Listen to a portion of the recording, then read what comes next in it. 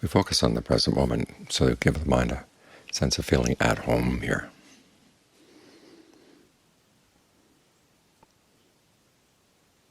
This is the place where you belong.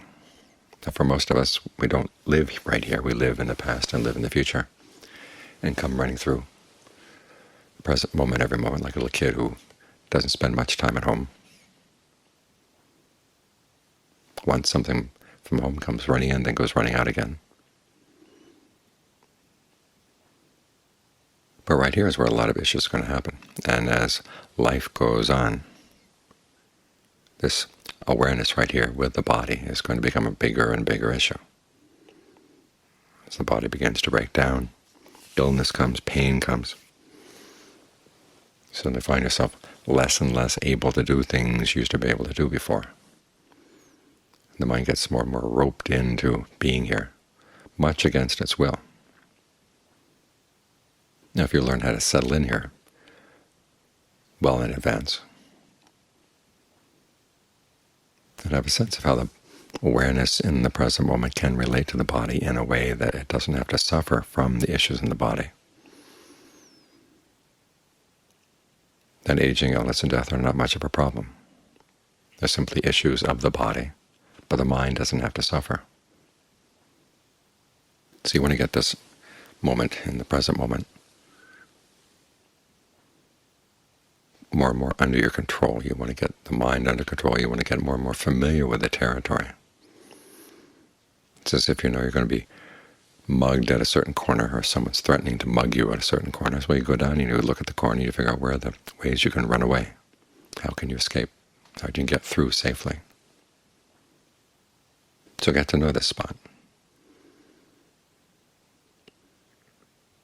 Get to know how thoughts arise in the present moment, how they take shape, how they get nourished by your attention, and how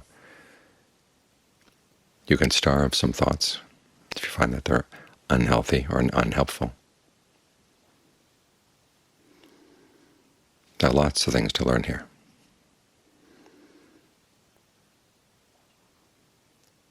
But even though this is our home, we don't spend all of our time at home. There are times we have to think about the past and think about the future. Someone was telling me the other day that heard someone say that if you're thinking about the past and the future, you're suffering. If you're in the present moment, you're not suffering. Well, that's not the case. It makes it sound like to avoid suffering, you just don't think and hang out in the present moment. But that's not how the Buddha taught. He taught people to think in the long term.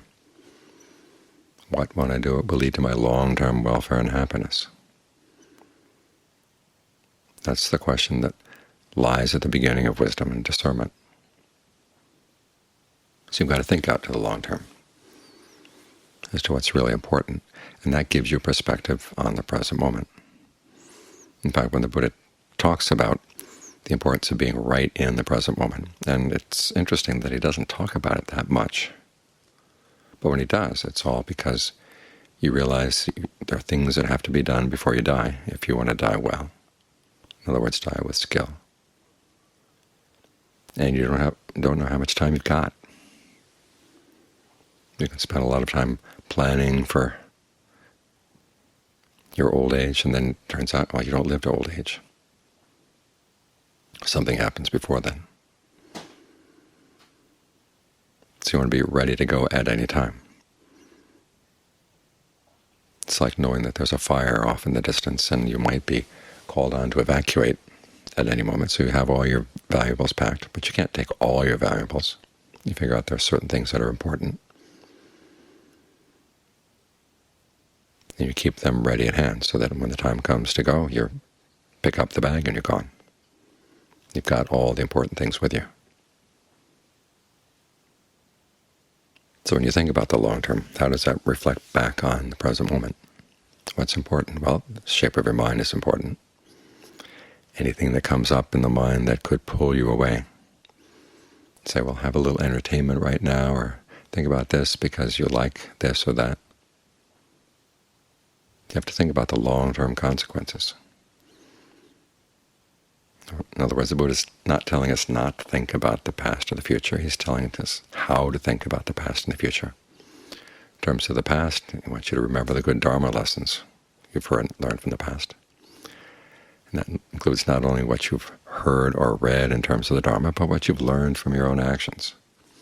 What kind of actions lead to harm? What kinds of actions don't lead to harm? You learn how to take responsibility for looking at what's going on. And now what's just going on, look at how you've been shaping your life and try to learn lessons from that.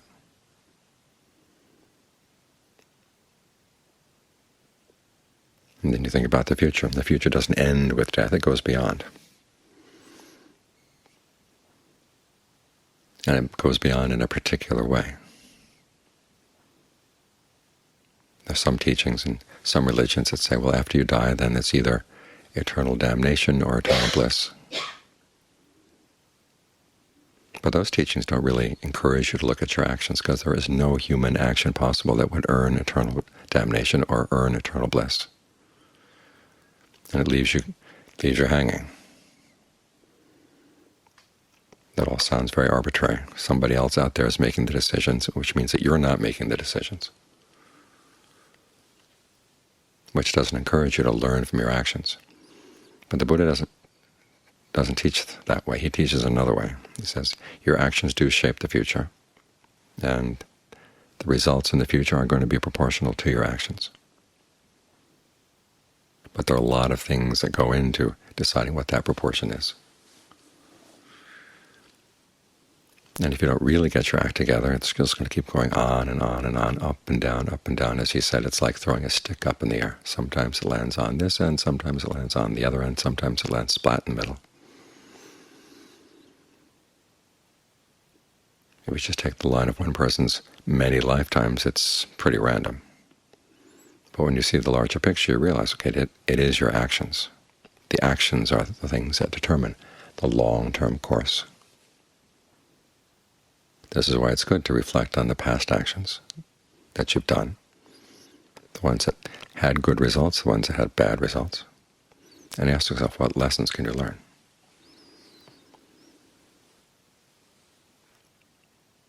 So it's not just being in the present moment or hanging out in the present moment that counts as practice. Learning how to think properly about the past and think properly about the future, those are important aspects of the practice too. They put the present moment into perspective. Because if you don't get the right perspective on the present moment, there can be a lot of suffering, even just trying to be right here in the present moment. If you haven't learned how to master the present moment, there's a lot of suffering here. There's the suffering of the aggregates, there's the suffering of the clinging and craving. These are things that we have to sort out.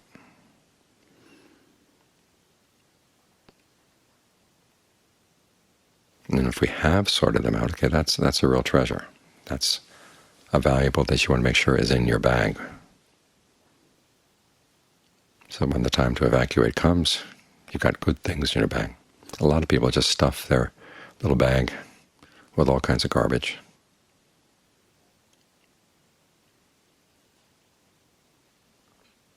And blame all their suffering on the fact that the fire is going to come. Well, the fire comes.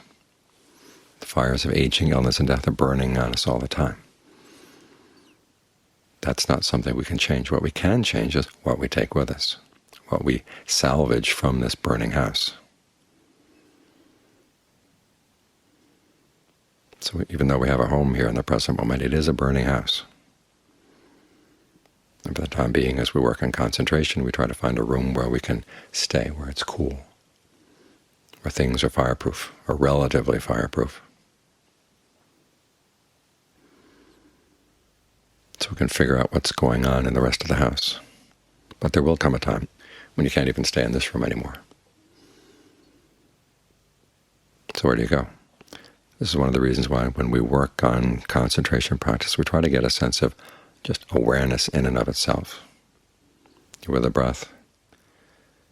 And for a lot of the concentration is just learning how to stay with the breath and get to the point where the mind and the breath, where your awareness and the breath seem to be one. Wherever there's awareness, there's breath. Wherever there's breath, there's awareness. But you don't want to stay at that stage. You want to move on to the next stage, which is learning to see that as these things sit together for a while, they begin to separate naturally. It's easiest to see when you get the mind still to the point where the breath actually is still as well. And the sense of the body begins to dissolve, and then you've got awareness just on its own.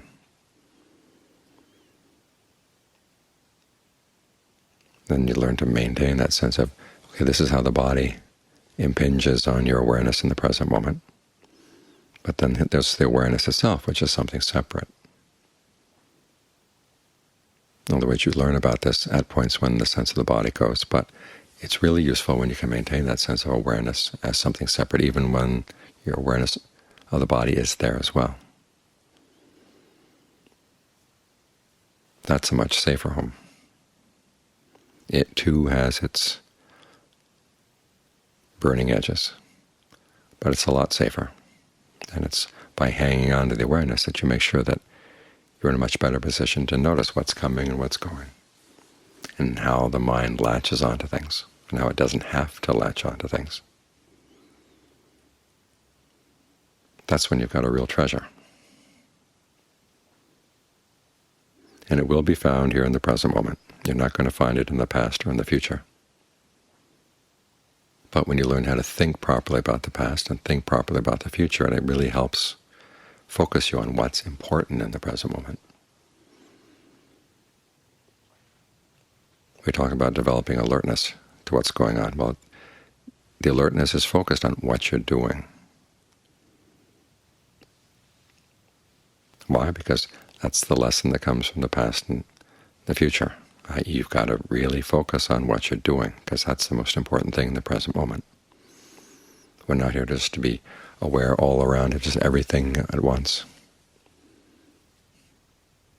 Because there are lots of things in the present moment that are really irrelevant to the big issues, i.e. the fact that the present moment is burning. This home in the present moment is burning. And you've got to develop the skills that enable you not to get burned.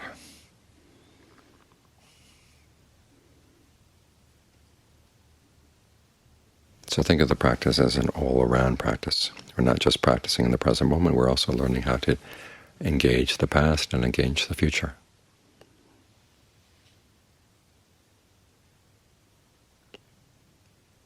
So that the lessons of the past don't get lost. And the future does hold out the prospect that someday you will find something that lies beyond past, present, and future.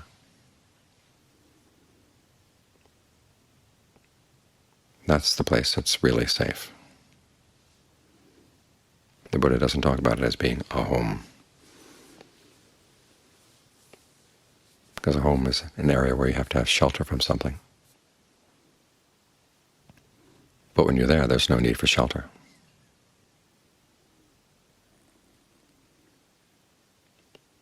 But in the meantime, you've got to keep this present moment shelter as solid as you can, because this is where the work needs to be done.